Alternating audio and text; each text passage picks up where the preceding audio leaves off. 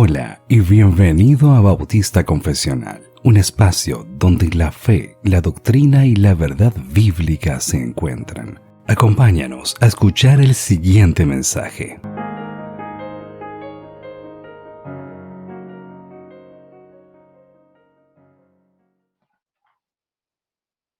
Bueno, queridos hermanos, una vez más les agradezco el que se hayan reunido aquí en esta llamada para hablar acerca del libro del Apocalipsis. Vamos a iniciar con una oración. Te agradezco, Señor, que tú me permites reunirme con mis hermanos en Cristo. A pesar de la distancia, a pesar de los usos horarios, te agradezco mucho el que tú también me permitas el poder expresar tu palabra.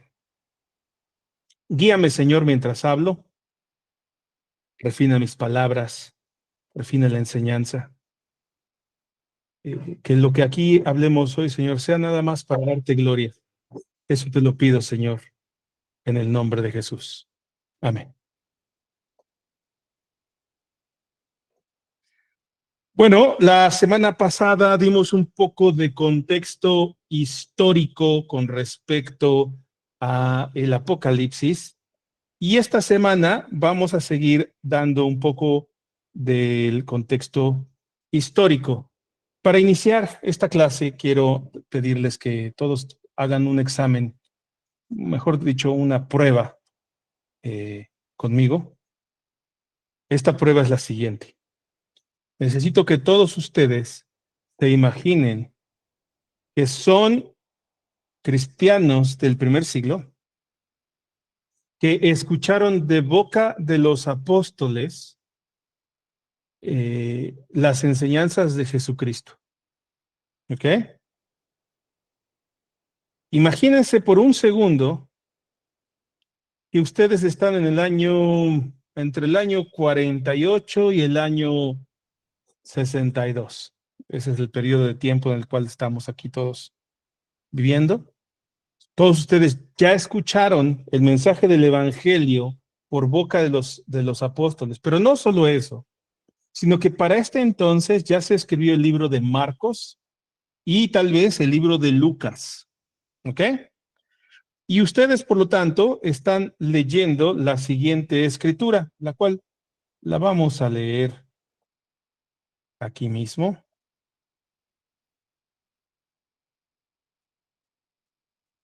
Y vamos a leer la siguiente escritura, Marcos 13.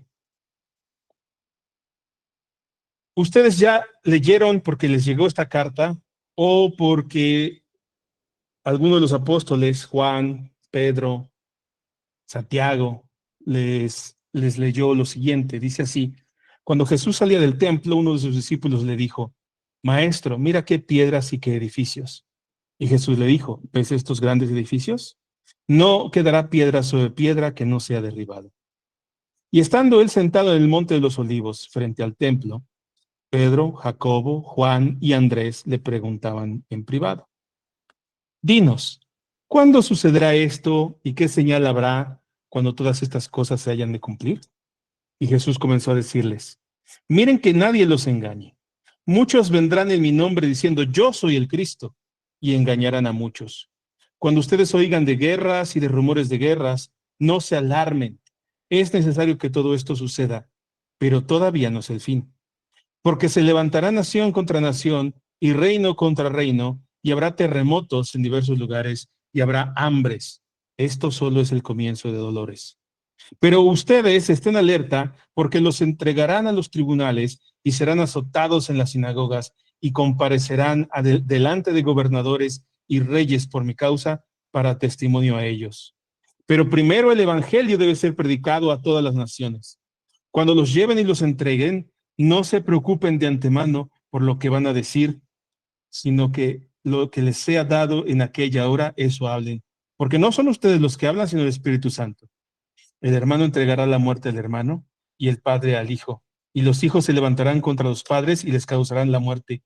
Y ustedes serán odiados de todos por causa de mi nombre. Pero el que persevere hasta el fin, ese será salvo. Pero cuando vean la abominación de la desolación puesta donde no debe estar, el que lea, que entienda, entonces los que estén en Judea huyan a los montes, y el que esté en la azotea no baje ni entre a sacar nada de su casa, y el que esté en el campo no vuelva a tomar su capa, pero hay de las que estén en cinta y de las que estén criando en aquellos días. Bueno, entonces ustedes son cristianos del año más o menos entre el 45 y el 62 después de Cristo. Ustedes ya conocen esta escritura y según el libro de los Hechos se nos narra, y según otros historiadores se nos narra, que por ahí del año 44 después de Cristo hay una hambruna terrible en todo el Imperio Romano. Y también ustedes ya se enteraron que Santiago o Jacobo, el hermano de Juan, el apóstol, fue degollado por órdenes de Herodes en las gradas del templo. También Pedro, Juan y Santiago fueron tomados y azotados hasta que se les vieron los huesos de la espalda. Esto por los principales sacerdotes. También que en las sinagogas están persiguiendo y golpeando a muchos cristianos. ¿Qué se estarían imaginando ustedes si ustedes fueran de ese tiempo? ¿Alguien me podría decir? Adelante, Johnny. Bueno, sin mencionar también se dio el apedreamiento de Esteban durante ese periodo. Sí. También. Sumar ese hecho también. Yo me dejaría perplejo y me resonaría mucho las palabras de Jesús de lo que implica dejar padre o madre por causa de él, que vamos a ser no solamente burlados o insultados, sino que creo que, no sé si es Marcos o Lucas, no me acuerdo cuál de los que escribió acerca de las señales del tiempo del fin, que dice que cualquiera que los mate va a creer que le va a estar dando culto a Dios. Juan 16. Juan, ahí está. Bueno, no era Marcos ni era Lucas, lamentablemente, pero si lo escribió Juan es porque seguramente ahora se ha salido de la boca de Jesús esas palabras en alguna ocasión que dijo eso, y también es algo que a mí me dejaría pensando y decir, wow, hasta este punto entonces tenemos que padecer como cristianos, como seguidores de Cristo. Vean lo que acaba de poner Dayana, ¿no? Dayana dice, esa escritura se está cumpliendo o está a punto de cumplirse. ¿Sí? Eso es lo que pensaría un cristiano del primer siglo. Cristo ya nos dio todo esto, nos dijo, va a haber una hambruna, la cual se dio en el año 42, 44 después de Cristo. Los van a perseguir, ya se está dando. Los van a matar en mi nombre y van a decir que le están rindiendo culto a Dios. Los van a azotar en las sinagogas por causa de mí. ¿Ok? Entonces ustedes como cristianos de ese primer siglo, ustedes ya estarían imaginando que están viviendo los últimos tiempos. ¿Ok? Bueno, teniendo eso en cuenta, y la semana pasada hablábamos acerca de las fechas probables del Apocalipsis. Entonces yo digo, si el Apocalipsis se escribió en el 65 después de Cristo, entonces hablemos del contexto histórico alrededor de ese tiempo. Vamos a hablar un poco del primer siglo antes de Cristo y el primer siglo después de Cristo. O sea, del año más o menos 100 antes de Cristo al año 66 después de Cristo. ¿Ok? De eso vamos a hablar ahorita. Y he titulado esto La Guerra de los Judíos para evocar al libro escrito por Flavio Josefo, historiador judío. ¿Ok? Vamos a hablar acerca del Mediterráneo en el primer siglo, antes y después de Cristo. En el siglo segundo antes de Cristo, Roma comenzaba ya a expandirse hacia el oriente helenístico. Palestina estaba bajo dominio de los seleucidas, herederos de Alejandro Magno. La resistencia judía se articula en los macabeos que buscan alianza con Roma.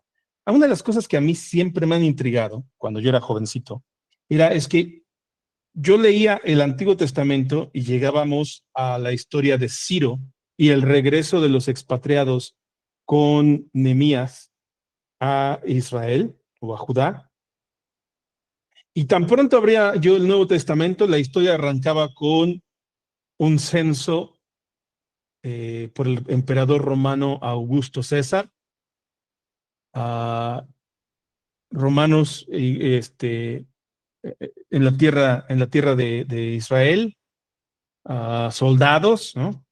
Y luego otro tema es que las películas acerca de Jesús que yo siempre vi, siempre nos pintaban ese ambiente, esa historia, como un pueblo, el pueblo de Israel, un pueblo de alguna manera, ¿cómo lo podemos decir? Pues sometido por los romanos, golpeado por los romanos. Y a los romanos se los presenta como con un estilo ahí cuasi nazista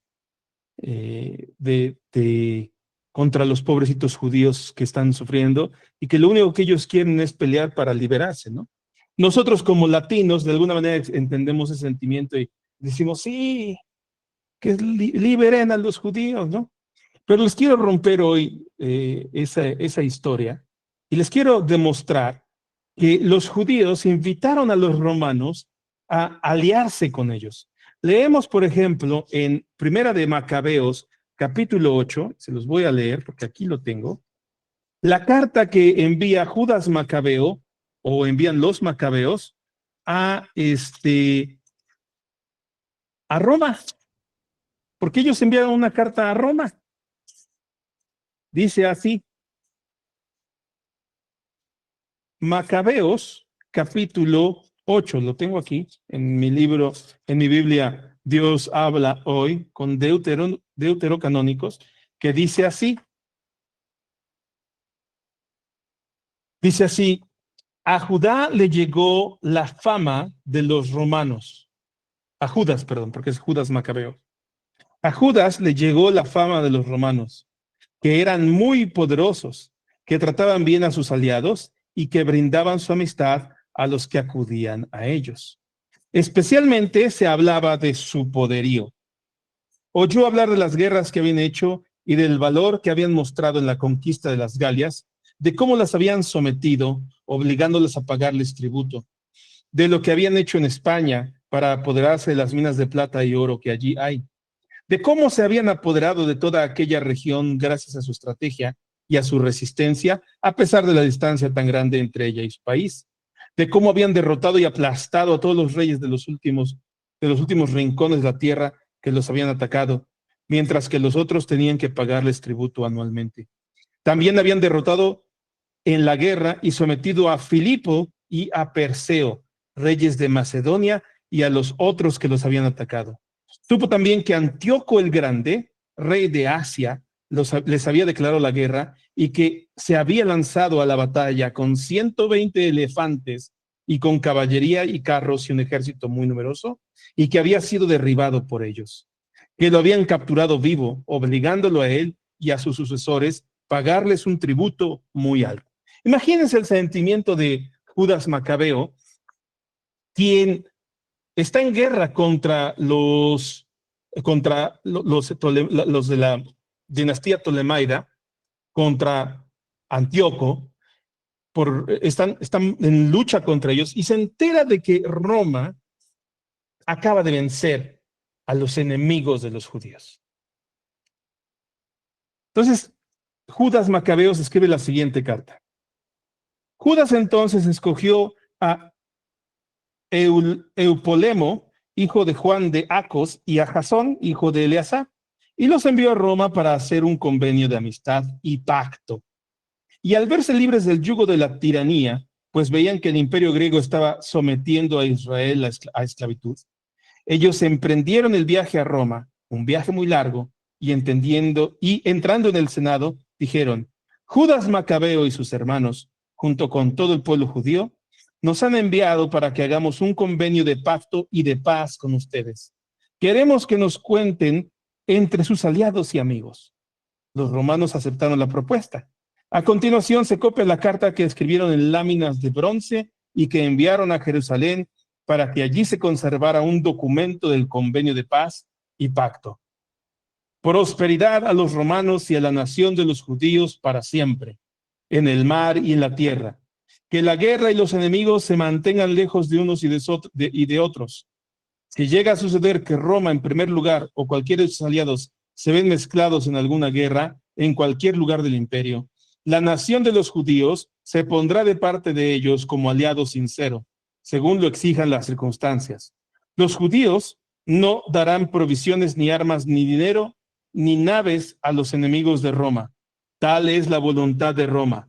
Los judíos cumplirán sus compromisos sin exigir recompensas. De igual manera, si en primer lugar la nación de los judíos se encuentra en guerra, los romanos sinceramente les ayudarán como aliados, según lo exijan las circunstancias.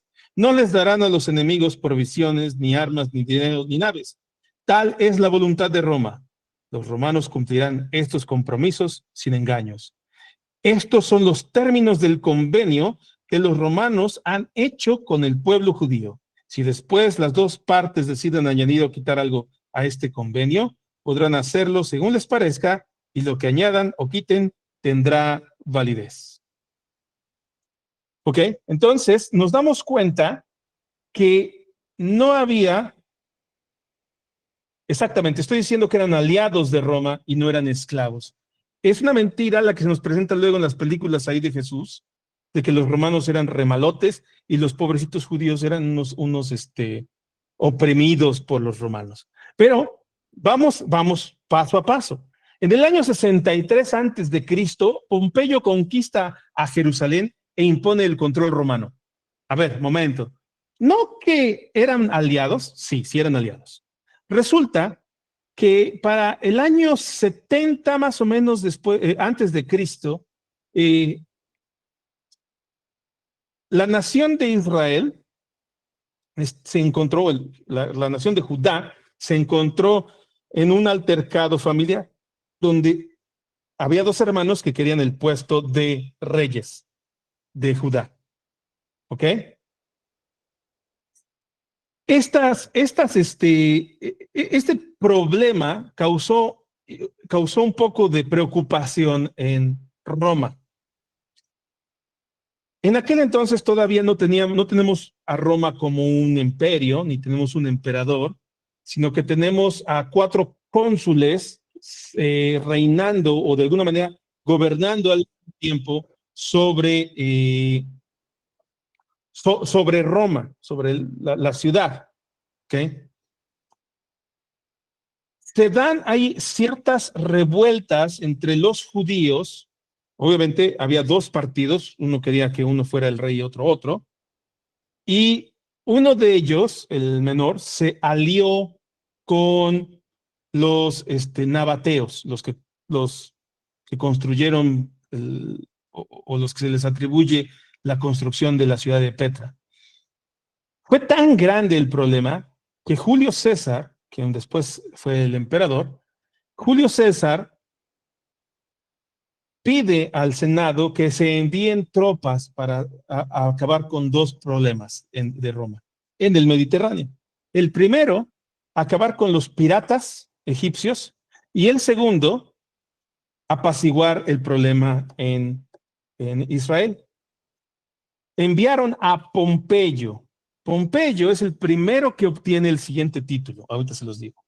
Pompeyo logra terminar el problema en Jerusalén. Él toma el control de la ciudad, impone el control, y durante la batalla, una de las razones por las cuales se detuvieron los judíos es que Pompeyo destruyó de manera, digamos que fue un accidente, no tanto que lo haya intentado él así, pero fue un daño colateral.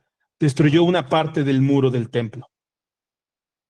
Cuando se detiene la batalla, Pompeyo impone la paz y dice: reconstruye el templo, vamos a adorar a Dios. Toma a uno de los hermanos, él impone al rey de Judá, dice: tú vas a ser ahora el rey. al hermano menor se lo lleva como vasallo a Roma, ¿sí? Y desde entonces los romanos eran los que determinaban quién iba a ser el rey de Judá y quién iba a ser el sumo sacerdote del templo. ¿Ok? Esas son las dos cosas que nos encontramos ya para el año 63 después de Cristo. Entonces ya empieza aquí la hora de los procuradores y reyes vasallos, como Herodes el Grande. Pero seguían siendo aliados de los romanos. Ellos no eran esclavos de los romanos, ellos eran aliados de los romanos. Cosas que tenían, por ejemplo, los judíos como beneficios, es que si bien ellos pagaban impuestos, ellos no tenían una imposición de religión romana como los demás pueblos que habían sido conquistados por los romanos. Ellos tenían libertad de culto porque ellos eran aliados de los romanos.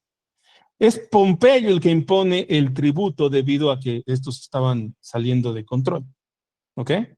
A Pompeyo se le pone como título el Evangelión, el portador de las buenas noticias. ¿Por qué se le puso este título a Pompeyo? Porque Pompeyo, imagínense esta imagen, Pompeyo entra a Roma victorioso con sus caballos arrastrando su carruaje, con toda una pompa, Pompeyo y su pompa, y detrás de su carro, él traía encadenados caminando a todos aquellos revoltosos, tanto piratas como judíos, que se declararon enemigos del imperio. Pompeyo se le atribuye entonces el título de el Evangelión, el portador de las buenas noticias. Poco le duró a Pompeyo porque después fue asesinado por órdenes de Julio César. Fue asesinado. Bueno. Vamos a hablar un poco acerca del sentimiento nacionalista judío al respecto, después de que pasa esto con Pompeyo. Vamos a hablar un poco acerca de este sentimiento nacionalista. Según W.H.C. Friend, en su libro The Early Church, la iglesia primitiva, existían tres grupos judíos con distintas actitudes políticas. Tenemos tres judíos. Los judíos del Éufrates, o más allá del Éufrates, que eran pro-persas, influenciados por la diáspora oriental. Estos se quedaron allá en lo que es Babilonia, en lo que es Persia, se quedaron por allá. Pero ellos eran pro-persas, y ahorita vamos a hablar de por qué eran pro-persas. Luego tenemos a los judíos repatriados. Esta historia lo tenemos en Nehemías y Esdras, que también eran pro-persas, agradecidos por la restauración. Aquí ya cabe mencionar el por qué eran pro-Persia. Para los judíos de este tiempo, del tiempo de Ciro el Grande, Ciro es conocido como el Mesías de Dios, el ungido del Señor, el Mesías de Dios. Ciro es un tipo, una imagen de Jesucristo. Si ustedes leen, por ejemplo, la última parte de Crónicas, se narra cómo es que Ciro envía a todo el pueblo de Israel de regreso a su tierra. Esta imagen evoca la segunda venida y la resurrección de los muertos, de cómo es que vienen todos estos cientos, miles de personas de regreso a Jerusalén. Esa es la imagen que presentan los fariseos al respecto de la venida del Mesías. Para los fariseos, el Mesías va a regresar con todos los muertos, los va a traer a la vida. ¿Ok? Pues tenemos este sentimiento pro-persa. Y teníamos a los judíos helenizados, que eran profesionistas y que se habían integrado de alguna manera a la cultura grecorromana, al comercio. El comercio grecorromano, ellos andaban por todas partes del imperio. Ellos no andaban en Jerusalén, ellos eran más como prácticos o pragmáticos. Ellos se beneficiaban del comercio romano. Roma, al vencer a Grecia, fue vista como la nueva Persia, porque ellos liberaron al pueblo de Israel del yugo griego. Entonces, esto nos genera una expectativa mesiánica terrenal, es decir, el reino de los cielos en la tierra.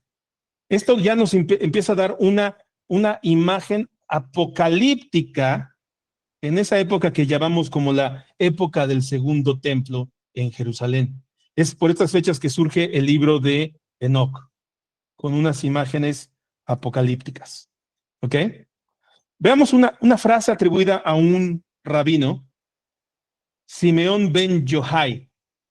Él dijo: si ven un caballo persa atado en un poste en la tierra de Israel, esperen oír los pasos del Mesías.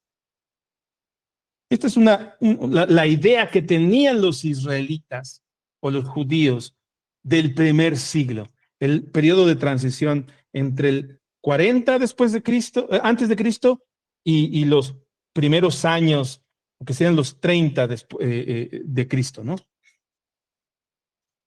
Bueno, hablemos de Roma en Palestina. Por ahí del año 27 antes de Cristo, Octavio es nombrado César Augusto. Esta frase, Augusto, que apunta a la divinidad del César. Se le nombra el Augusto por el Senado romano. Se le atribuye el título de el Evangelión, el portador de las buenas noticias, porque él impuso la paz en todas las provincias que había ciertas revueltas. Pues Octavio, por ahí del 27, en el 31, él se pelea contra Marco Antonio, amante de Cleopatra, ustedes recordarán esa historia, vence a Marco Antonio, Cleopatra muere por esas mismas fechas, y se impone la paz, y entonces Octavio regresa ahora triunfante y se le atribuye el título de Evangelión, el portador de las buenas noticias. Entonces Octavio o Augusto, César Augusto, representa el orden restaurado tras el caos de guerras civiles y muchísimas guerras civiles que había. Este mismo César Augusto es el que se menciona en Lucas 2:1, que fue el emperador que pidió un censo en todas las provincias del Imperio Romano. Es por la fecha del 4 antes de Cristo que José y María se dirigen a Belén por causa del censo solicitado por César Augusto. Si bien los judíos eran aliados del pueblo de los romanos, ellos no eran una nación libre, pero sí eran un pueblo tolerado. Conservaban estos privilegios que ya les había dicho, como la práctica de su religión y la extensión del culto imperial. Era importantísimo que todos los pueblos, todas las provincias romanas hicieran un sacrificio al nombre del emperador o por el emperador. Ese era el culto al emperador. Los judíos, ¿qué hicieron? Porque eran bien astutos.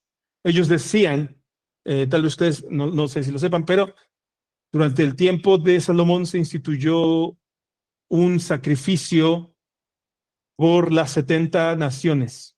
Esa era la idea de los fariseos, las 70 naciones. Y entonces se decía, bueno, como hacemos un sacrificio a las 70 naciones, por este entonces lo que hacían los judíos es que hacían un sacrificio en honor al César, pero no era similar al culto imperial que imperaba en todas las demás naciones. Ellos sacrificaban, según Flavio Josefo, ellos hacían un sacrificio diario 2 veces al día por el emperador. Vamos a hablar acerca de esta frase. Si ves un caballo persa atado, la profecía del Mesías.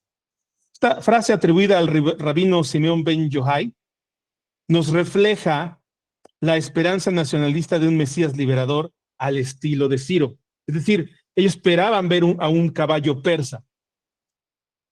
Mateo 2:1 nos narra que llegaron unos sabios de Oriente. Llegaron buscando al rey de los judíos. Cuando hablamos de que eran unos sabios de Oriente, muy probablemente eran persas, influenciados por profecías y señales astrales. Ellos llegaron una caravana oriental, muy al estilo de aquel entonces. Era el símbolo del reconocimiento internacional, el símbolo de que venían a reconocer al rey de los judíos. Es decir, todo Jerusalén, como lo narra Mateo y Lucas, vieron un caballo persa en la tierra de Israel. Triste que no entendieron que el Mesías era Jesús. Eso es, creo que esa profecía de Simeón ben Yohai sí se cumplió. Lástima que no observaron que esos caballos persas se encontraron atados en un poste cerca de donde estaba María y Jesús. Bueno, vamos a hablar un poquito más lejos. Vamos a poner la guerra de los judíos en pausa un momento. Y vamos a hablar de algunas cosas que tienen que ver con las profecías de Daniel. Daniel interpreta el sueño de Nabucodonosor, recordarán ustedes esto. Él habla acerca o sea, Nabucodonosor tiene un sueño, sueña con una estatua, y esta estatua era de oro, plata, bronce y hierro mezclado con barro. Esta estatua representa a reinos, una estatua, así. Por ejemplo, el reino, Steven, qué bueno verte. El oro representa a Babilonia, la plata representa a Persia, el bronce representa a Grecia y el hierro mezclado con barro representa a Roma, en un monumento. Entonces, tenemos ahí estas cuatro imágenes. También tenemos la imagen de una piedra arrancada sin mano de hombre, que es aventada a los pies de la estatua. Alguien diría, ¿por qué no a la cabeza? Bueno, porque la cabeza ya no estaba. Babilonia ya se había ido. Ahora estaba Roma. Para el tiempo en que se avienta esa piedra, estamos hablando del Imperio Romano. Esta piedrecita, esta piedrita, representa el reino de Dios que sustituye a los reinos humanos. Vean ustedes cómo lo dice Daniel. Dice Daniel que esa piedra golpea los pies, la estatua se derrumba y esa piedra empieza a crecer, a crecer, a crecer hasta que se convierte en cabeza de montes, en una montaña que cubre todo el mundo. Esa misma imagen nos las presenta Jesús en la parábola de la semilla de mostaza, diciéndonos, el reino de los cielos es semejante a una semilla de mostaza, la cual es la semilla de los árboles más pequeños en todo el mundo. Sin embargo, una vez plantada, crece y se convierte en las hortalizas más grandes, albergando bajo su sombra a muchas aves del cielo. Esa historia nos narra cómo es que el reino de los cielos va creciendo poco a poco. No es un reino que llega y que impone de golpe, como algunos quisieran creer o quisieran esperar, sino que es un reino que llega pequeñito, como una semilla de mostaza, algo pequeñito, como un mero hombre, un simple hombre, el cual muere y empieza a dar fruto y empieza a crecer como un gran árbol y empieza a crecer hasta que llena todo el mundo. Ahora, también Daniel tiene una visión de 4 bestias. ¿Sí? Y hay una bestia muy particular, se las quiero mostrar a la bestia. Vamos a leer Daniel 7. Dice así: después de esto, seguí mirando en las visiones nocturnas y vi una cuarta bestia, terrible, espantosa y en gran manera fuerte. Tenía enormes dientes de hierro y devoraba, desmenuzaba y pisoteaba los restos con sus pies. Era diferente de todas las bestias que le antecedieron y tenía 10 cuernos. Mientras yo contemplaba los cuernos, vi que otro cuerno, uno pequeño, surgió entre ellos, y 3 de los primeros cuernos fueron arrancados delante de él, y este cuerno tenía ojos como los ojos de un hombre y una boca que hablaba con mucha arrogancia. Quiero que se queden con esa imagen por el resto de la enseñanza, hasta que yo les diga lo contrario. Un cuernito que es arrogante y que quiere, que habla blasfemias incluso. ¿Sí? Bueno, sigamos entonces. Entonces, Daniel tiene visión de 4 bestias. Estas 4 bestias representan a los mismos imperios. a Babilonia, a Persia, a Grecia y a Roma. Pero el reino le es dado al Hijo del Hombre. ¿Qué dice Romanos 7? Vamos a leerlo porque no me gusta nada más citar. Estas escrituras son hermosas, hermosas, hermosas. Dice así: seguí mirando hasta que se establecieron tronos y el anciano de días se sentó. Su vestidura era blanca como la nieve y el cabello de su cabeza como lana pura. Su trono, llamas de fuego, y sus ruedas, fuego abrasador. Un río de fuego corría saliendo de él delante de miles de millares. Pero saliendo delante de él, miles de millares le servían. Y miríadas de miríadas estaban en pie delante de él. El tribunal se sentó y se abrieron los libros. Entonces yo seguí mirando a causa del ruido de las palabras arrogantes que el cuerno decía. Seguí mirando hasta que mataron a la bestia, destrozaron su cuerpo y lo echaron a las llamas del fuego. A las demás bestias se les quitó el dominio, pero les fue concedida una prolongación de la vida por un tiempo determinado. Seguí mirando en las visiones nocturnas y en las nubes del cielo venía uno como un hijo de hombre que se dirigió al anciano de días y fue presentado ante él y le fue dado dominio, gloria y reino para que todos los pueblos, naciones y lenguas le sirvieran. Su dominio es un dominio eterno que nunca pasará y su reino uno que no será destruido. Y aquí es momento en que todos los cristianos decimos aleluya. Porque este es el momento en que nosotros nos encontramos con esta imagen del Hijo recibiendo el reino de parte del Padre. Dice Dayana, no sé si me estoy adelantando, pero entendí que entre líneas que este pequeño cuerno podría representar el ministerio de Jesús. No, el cuerno no. No, el cuerno es un cuerno que pertenece a la bestia o a la última bestia y que es arrogante. Y mientras eso está pasando, aparece el Hijo del Hombre entre las nubes que viene hacia al anciano de días y a la bestia se le quita el poder, se le mata, ¿no? Es muy interesante este texto. Dice entonces, el reino es dado al Hijo del Hombre que recibe dominio eterno. Estas profecías nos preparan un terreno para el Apocalipsis, porque lo que hace Juan es que él menciona todas estas mismas imágenes, estos mismos símbolos, todo esto lo vuelve a mencionar Daniel lo menciona Juan en el libro de Apocalipsis. Bueno, regresemos entonces a la guerra de los judíos. Si ya les dije que Roma es la cuarta bestia, Roma es la cuarta bestia. Que no nos quede duda. De eso se trata el relato de la estuata, dice, o el monumento, dice Steven, y de eso se trata la visión de las cuatro bestias. ¿Ok? Entonces, Roma es la cuarta bestia.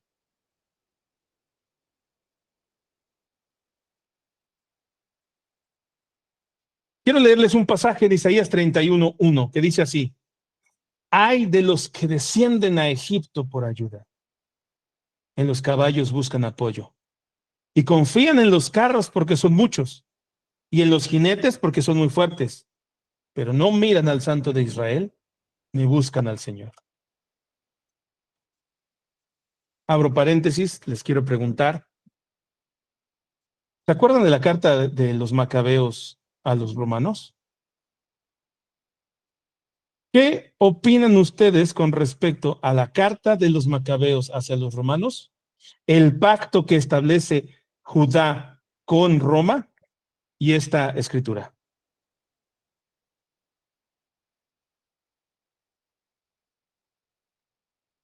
¿Alguien que quiera opinar?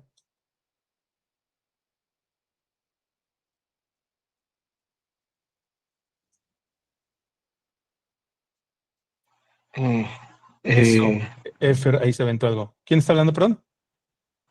Yo. Adelante, dale. Pues básicamente se mira que es el juicio sobre ellos, ¿no? Sí.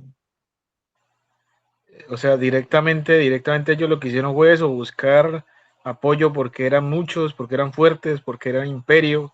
Y precisamente Isaías los está juzgando porque se olvidaron de Dios y por buscar el imperio. Así es. Eso pone aquí, confiaron en Roma en vez de Dios. Pero eso era una constante en el pueblo de Israel. Buscaban ayuda de los asirios, buscaban ayuda de los egipcios, buscaban ayuda de cualquier otra nación. Adelante, Johnny. Y no se conformaban con hacer una alianza política, sino que era una cuestión de absorber prácticamente la cultura del país con el que se aliaban, a punto tal de nada, apostatar de la fe y practicar la fe del país con el que se aliaban. Muy exactamente. Porque, por ejemplo, lo que leímos es que entraron en pacto con los romanos. ¿Sí? Entraron en pacto con los romanos. Y los romanos les dijeron, bueno, ayúdanos haciendo sacrificios hacia el emperador. Te permitimos que practiques tu religión, pero hazle sacrificios al emperador. Bien. Efer, y eso es hasta ahora. Se van con los países poderosos y hacen sincretismo. Uf. Muy bien. Vamos a leer Apocalipsis 1:3. Apocalipsis 1:3 dice, bienaventurado el que lee y los que oyen las palabras de esta profecía. Cuando leemos este libro, cuando leamos este libro, el libro de Apocalipsis, ustedes tienen que tener en mente que el mensaje inicial, la idea inicial de este libro es, hay una gran bendición para los que leen y hay una gran bendición para los que oyen las palabras de la profecía. Este libro fue dado para bendecirnos, no para que tengamos miedo, no para infundirme, no para que digamos, uy, ya viene la bestia, nos va a sellar. Mami, no dejes que me selle la bestia. ¿Sí? No está hablando de eso. Nos está diciendo que hay una gran bendición. Bienaventurado el que lee y los que oyen las palabras de esta profecía. Así que, hermanos, yo en este momento estoy siendo bienaventurado porque estoy leyendo este libro y ustedes que están oyendo las palabras de esta profecía, ustedes están siendo también bendecidos. Esto es una gran promesa de parte de Dios. En los años 60, los cristianos sufrían persecución por dos frentes: el Imperio Romano, Nerón, y el liderazgo judío que los acusaba de sedición. Imagínense ustedes que son cristianos en estos primeros años y ustedes están siendo perseguidos por Nerón y siendo perseguidos por los judíos y reciben una carta del apóstol Juan que les dice, bienaventurados los que leen y los que oyen las palabras de esta profecía. ¿Cómo se sentirían ustedes al recibir dicha bendición? ¿Cómo creen que se sintieron los primeros cristianos cuando en medio de la persecución reciben esta promesa de bendición? Si lees lo que estás aquí, este documento que tienes en tus manos, si lo lees o alguien te lo lee y tú lo oyes, eres muy bendecido, eres muy bienaventurado. Ahora, estas persecuciones que estamos viviendo por parte de Nerón y por parte de los judíos, ya habían sido profetizadas en Marcos 13:9, en Juan 16:2, los entregarán a tribunales, serán azotados en las sinagogas y dirán que le rinden servicio a Dios. Entonces el Apocalipsis es una respuesta a este sufrimiento con visión, consuelo y fidelidad. Este libro es un libro que nos enseña a tener tranquilidad y confianza en Cristo. Bueno, quiero dar la semana pasada les di ahí varias pistas de por qué considero yo, no yo, o sea, muchos teólogos, y yo les creo, ¿no? Que por qué este libro pudo haber sido escrito en el año 65, 62 al 65 después de Cristo. Bueno, tenemos que Apocalipsis 1:9 nos dice que Juan está en la isla de Patmos por causa de la palabra de Dios. Bien, pero eso no es una evidencia fuerte, porque también en tiempos de Domiciano, cuando fue la persecución con Domiciano, también hubo una persecución cruenta. Entonces, eso no es la evidencia. Pero les quiero traer otra evidencia. Según la tradición cristiana, Juan fue condenado a muerte. Unos dicen que se le arrojó, se le dejó caer aceite hirviendo mientras él estaba atado en un poste. U otros dicen que él fue arrojado a un caldero de aceite hirviendo. Él milagrosamente sobrevive a esa tortura y es exiliado entonces a Patmos. Sabemos que Nerón, en los años 60, él inició una persecución brutal contra los cristianos. Según fuentes antiguas, historiadores dicen que los cristianos comúnmente eran rociados con aceite y quemados vivos para iluminar las calles. Entonces, este contexto de tener a Juan sobreviviendo al aceite hirviendo, nos pone ahí como que nos sugiere este contexto que fue durante la persecución con Nerón, que Juan fue martirizado, sobrevivió y fue enviado entonces a Patmos. ¿Ok? Entonces ahí les doy esta pequeña evidencia, un tip de cómo podríamos entender este libro. Les voy a dar también un spoiler, y los spoilers se los voy a ir dando durante las clases, ¿no? ¿Quién es la gran ramera?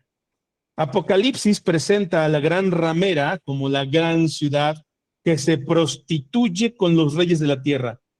Apocalipsis nos dice que hacía tratos con los reyes de la tierra. ¿A qué les recuerda eso de los tratos con los reyes de la tierra? ¿No les recuerda a Judá haciendo tratos y pactos con Roma? Bueno, tenemos un evento muy triste en el año 33 después de Cristo. Los judíos gritando, crucifícale, no tenemos más rey que al César. Quiero leerles otra vez Isaías 31:1. Ay de los que descienden a Egipto por ayuda, en los caballos buscan apoyo, y confían en los carros porque son muchos, y en los jinetes porque son muy fuertes, pero no miran al Santo de Israel. Crucifícale, no tenemos más rey que al César. Hechos 17:6 nos narra, por ejemplo, la historia de que los judíos toman a Pablo, toman a otros cristianos que iban con él, esto es en Tesalónica, me parece, y le dicen al gobernador de Tesalónica, estos que trastornan al mundo ya llegaron aquí, contraviniendo las leyes del César, diciendo que hay otro rey además del César. Esas eran las leyes de los romanos. No se podía decir que había otro señor.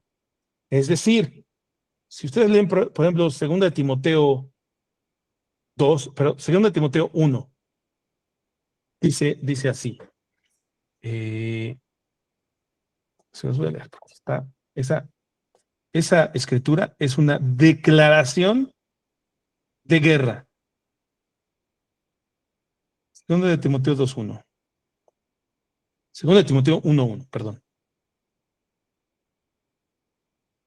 Pablo, apóstol de Cristo Jesús por la voluntad de Dios, según la promesa de vida que hay en Cristo Jesús, a Timoteo, amado hijo. Gracia, misericordia y paz de parte de Dios Padre y de Cristo Jesús, nuestro Señor. El decir que Jesús era el Kyrios era contravenir a las órdenes o a las leyes del César. Porque el título de Kyrios y Soter eran títulos dados al César. Estos eran sus títulos del César. Kyrios y Soter, Señor y Salvador. Así fue como bautizaron a Augusto César, el Señor y el Salvador de Roma. Kyrios y Soter. Imagínense ustedes, ser un cristiano en este tiempo y decir, Jesús es el Kyrios, Jesús es el Soter. Bueno, esta frase, trastornar al mundo, fue una frase que se usó para describir a unos judíos sediciosos que fueron expulsados de Roma en el año 50.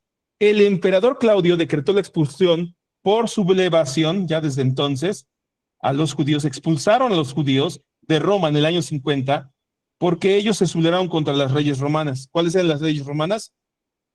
Decir que César no era el Kyrios. ¿Qué dicen los judíos? ¿De qué acusan los judíos ahora a los cristianos? De contravenir las leyes del César, porque ellos declaran que hay otro Soter además del César. El liderazgo judío buscaba liberarse de Roma, pero terminó aliándose con ella para crucificar al Mesías.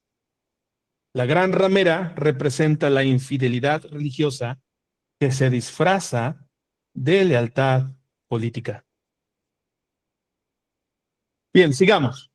Apocalipsis 1:9. Yo, Juan, hermano de ustedes y compañero en la tribulación, el reino y la perseverancia en Jesús.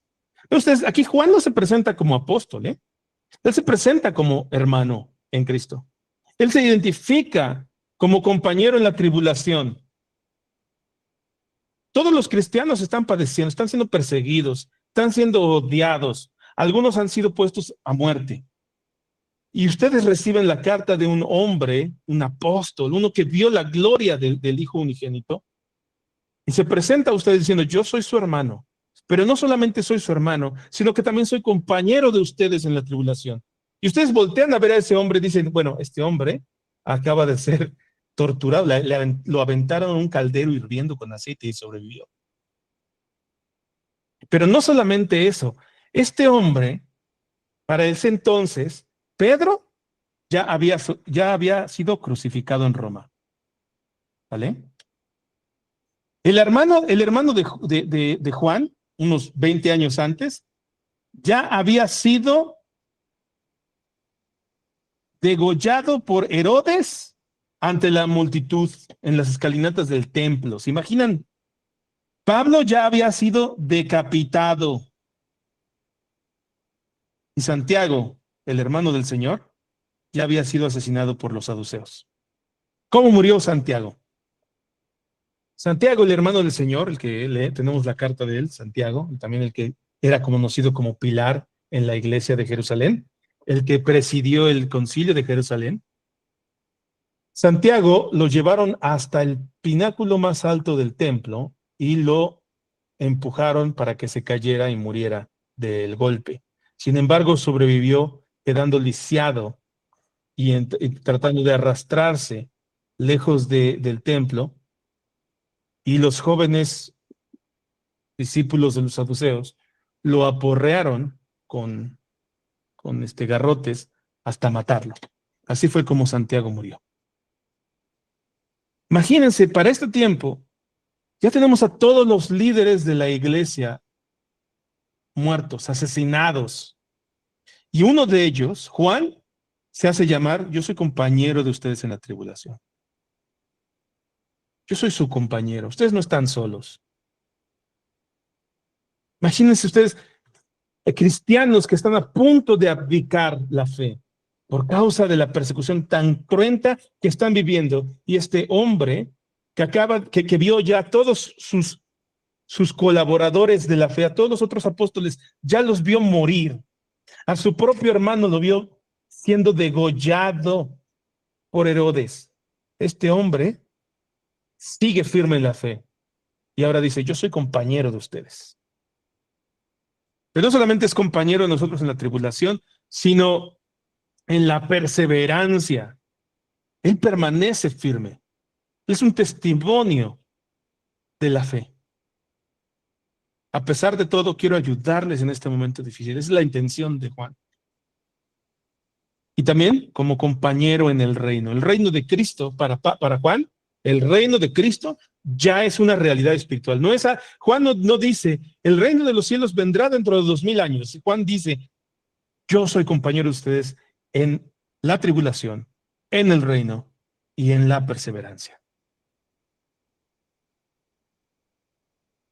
El reino de Cristo ya es una realidad espiritual para Juan. Bien, hablemos de problemas políticos durante los 40, 50 y 60. Creo que ya me extendí. ¿Me regalan 10 minutos más de tiempo? Steven puso ahí algo que no leí, pero lo quiero leer. Dice, esto corresponde también al periodo en el que el Imperio Romano divinizó a sus gobernadores. Bien, gracias Steven, porque Steven acaba de darme como que el paso a la siguiente parte. Vean, Flavio Josefo narra que el emperador Cayo Calígula quiso ser adorado como Dios. ¿Qué hizo Flavio Calígula? Envió a Petronio con 3 legiones para colocar estatuas del emperador en el templo de Jerusalén. ¿Ok? O sea, él envía a un capitán, a un general romano, le dice, estas estatuas que yo tengo de mi imagen, mi efigie, quiero que vayas y las pongas en el templo de Jerusalén para que yo sea adorado. Sí, Antíoco Epifanes hizo lo mismo.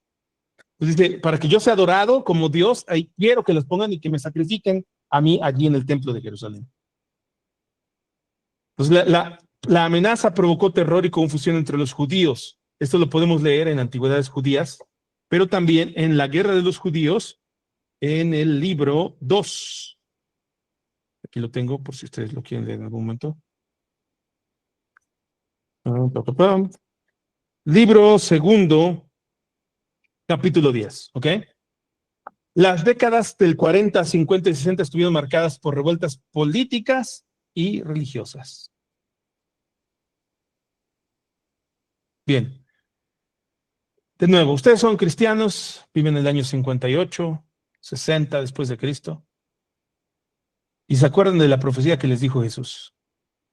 Cuando vean la abominación de la desolación en el lugar santo. Cuando vean la abominación de la desolación en el lugar santo. Lucas 21:20 dice, cuando vean a Jerusalén rodeada de ejércitos, sepan que su desolación está cerca. Bueno,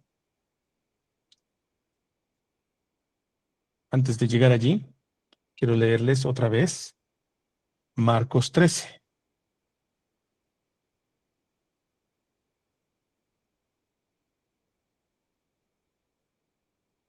Vamos a leer Marcos 13.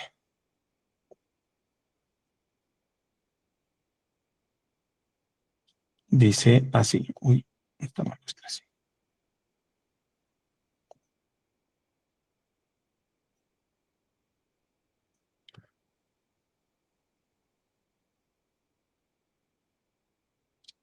Dice así. Pero cuando vean la abominación de la desolación puesta donde no debe de estar. Ustedes son cristianos de los años 50, 60 y se enteran que Cayo Calígula, el emperador, ha ordenado a el general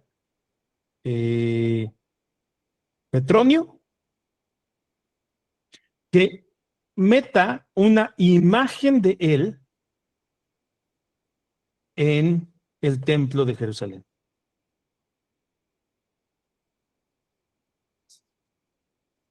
¿Ok? Imagínense eso. Obviamente nunca llegó la imagen, ¿eh? Quiero advertir, o sea, de una vez decirles, la imagen nunca llegó. Los judíos fueron, imploraron a Petronio. Petronio, pues de alguna manera tuvo ahí les tuvo compasión porque las órdenes eran, la metes, y si no se dejan, los matas a todos. Petronio tuvo compasión, envió una carta a Cayo Calígula diciéndole, oye, no lo voy a poder hacer, esto se está poniendo bien denso. Cayo Calígula manda una carta de regreso a Petronio diciendo, o lo haces o te mato. Y no llega la carta nunca porque por el mal clima, los enviados del emperador se quedan encallados en algún puerto, ahí en lo que es Turquía, y durante que están esperando que pues, la tormenta pase, asesinan a Cayo Calígula. Entonces nunca llega la imagen, pero la imagen sí llega a tierras en Galilea. Entonces, de alguna manera esa imagen sí estuvo puesta donde no debía de estar, porque allí, al estar allí en la tierra de Israel, ya era considerado, pues obviamente pecado para los judíos, ¿no? Bueno, vamos a seguir leyendo, ya casi termino con las diapositivas. Vamos a leer algo más. Cuando vean a Jerusalén rodeada de ejércitos, huyan. En el año 66 después de Cristo, estalla la gran revuelta judía contra Roma. Aquí tenemos antes de eso ya se está poniendo cada vez más pesada pues, los problemas entre judíos y romanos. Nerón manda a Cestio Galo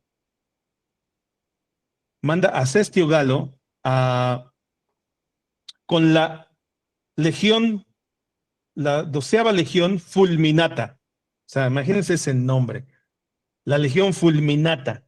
Rodea a Jerusalén y comienza el primer sitio militar. Jesús dice, cuando ven a Jerusalén rodeada, huyan. Muchos dirían, bueno, oye, si tienes un sitio, ¿cómo puedes huir? Bueno, el problema es que este sitio no duró mucho tiempo. Hubo un grupo de judíos que ya habían tomado la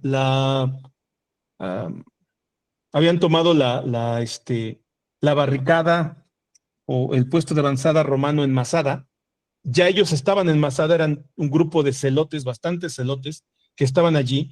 Manahem, bajan, así se llamaba el líder, bajan de Masada, era una especie de monte, y atacan a la retaguardia de los romanos, obligándolos a huir.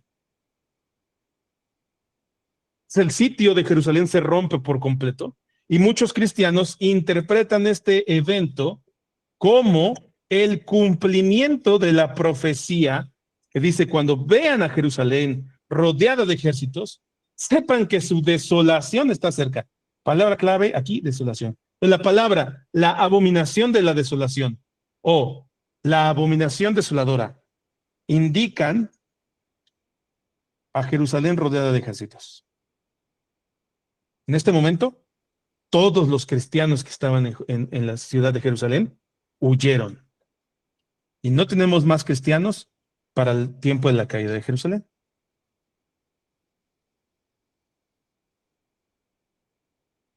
Y en medio de todo esto, queridos hermanos, en medio de todas estas dificultades, estos tiempos duros, estos tiempos difíciles, en medio de la desesperación y el desánimo, se nos presenta Jesús de la siguiente manera. Se los voy a leer.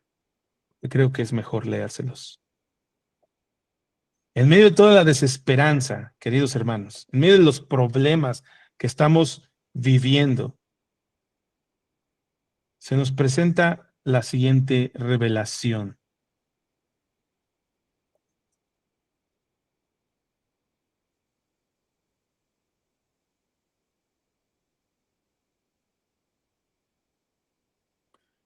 Dice, estaba yo en el Espíritu en el día del Señor. Este indica que fue un domingo, porque el día del Señor se le llama así al día del Señor el domingo porque,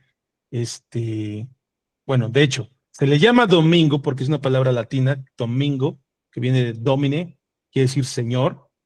El domingo quiere decir día del Señor, porque por tradición cristiana sabemos que nuestro Señor Jesucristo resucitó el primer día de la semana, en domingo.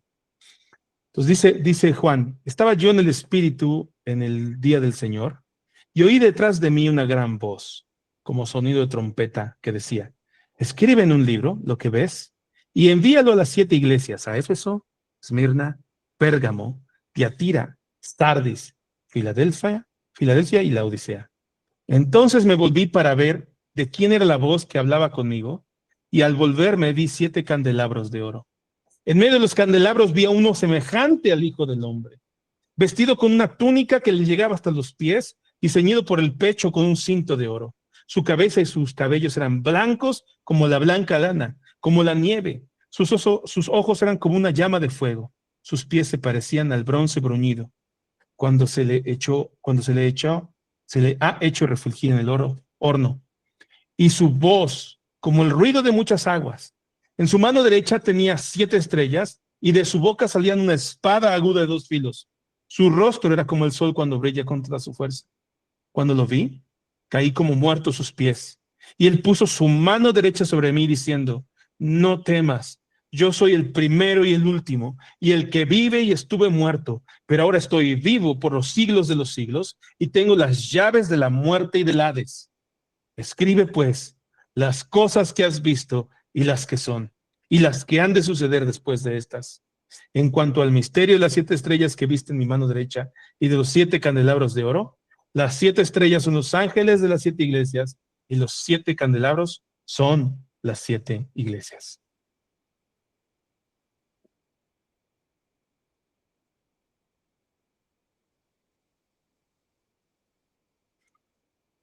Entonces, vimos a uno como hijo de hombre, frase usada por Daniel y Ezequiel para hablar del juicio y el reinado eterno.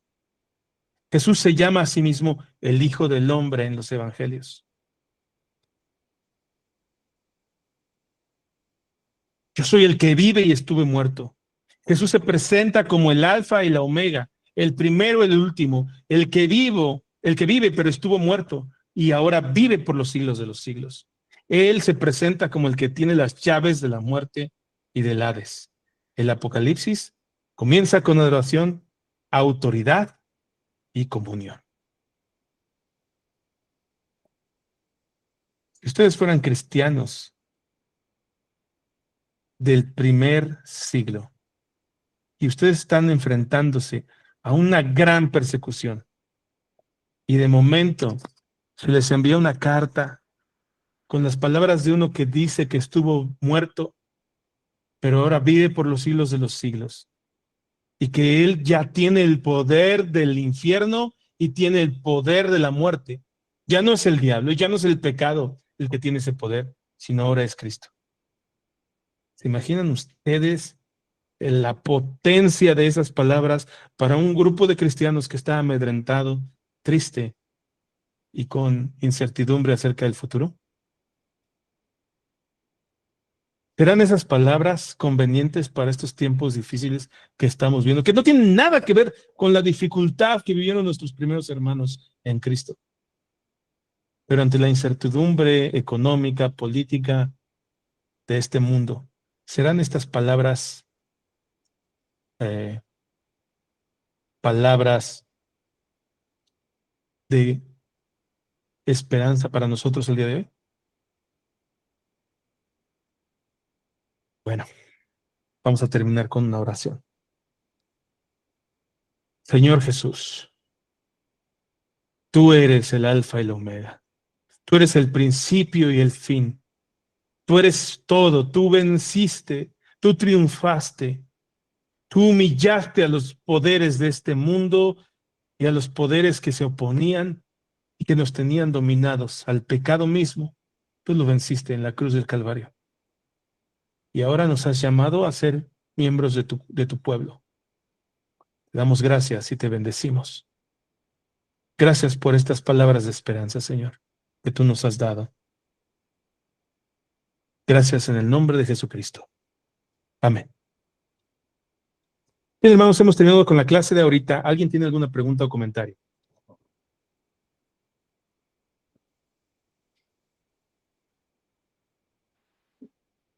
A mí se me quedó una duda, Javi, pero no A recuerdo ver. en cuál de las diapositivas era, pero cuando dijiste que se había iniciado como la gran rebelión de los judíos contra Roma, creo que fue las últimas diapositivas.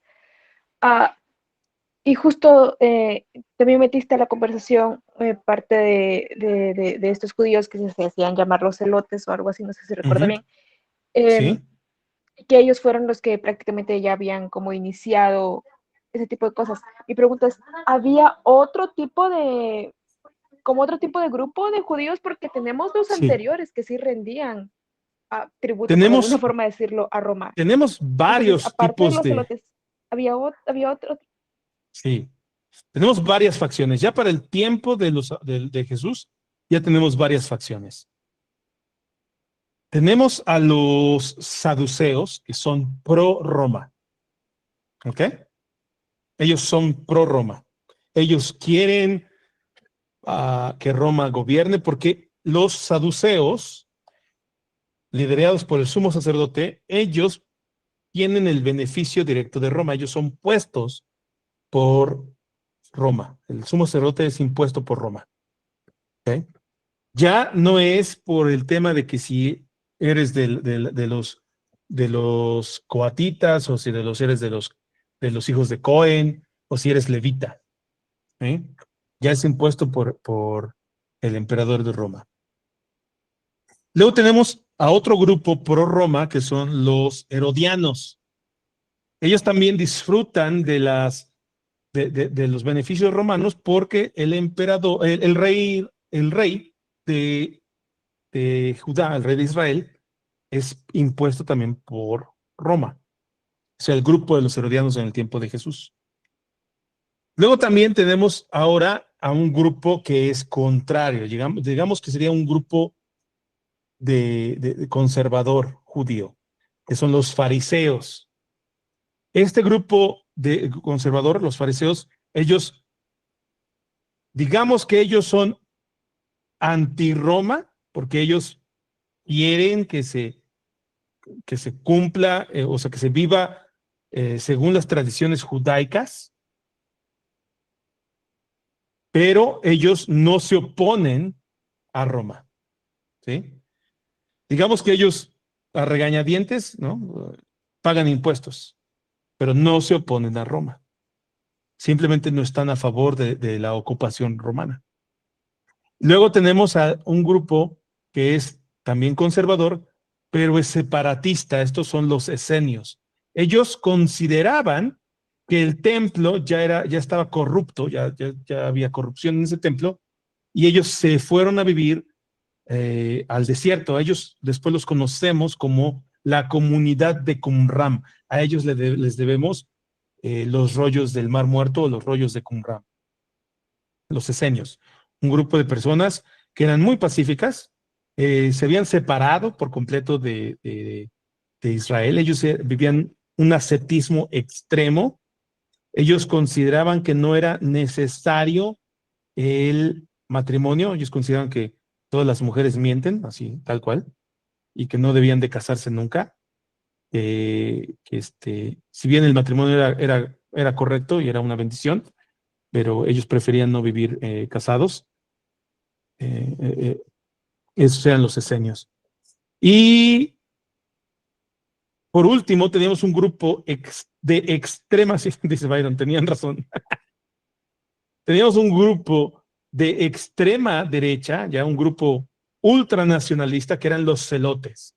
Este grupo, la semana pasada se los mencioné, es un grupo ultra radical, de extrema derecha, ultra conservador, que estos sí abiertamente se oponen a Roma.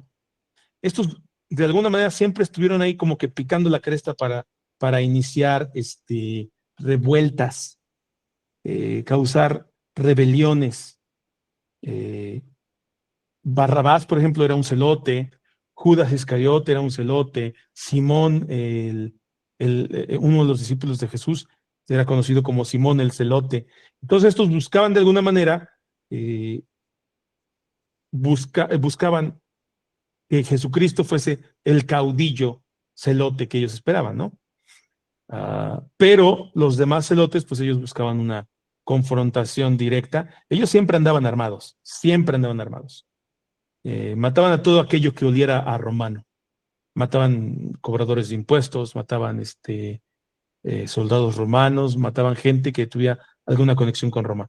Estos celotes van a jugar un papel muy importante ya en la última guerra contra Roma.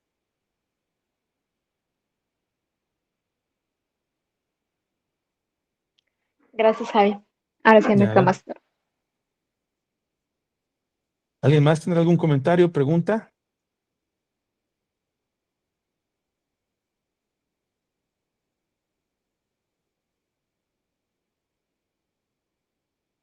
Bueno, pues espero que hayan disfrutado de la clase.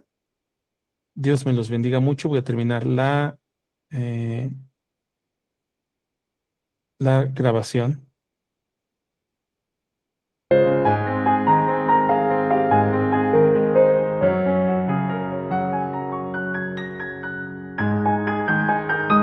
Gracias por acompañarnos en Bautista Confesional.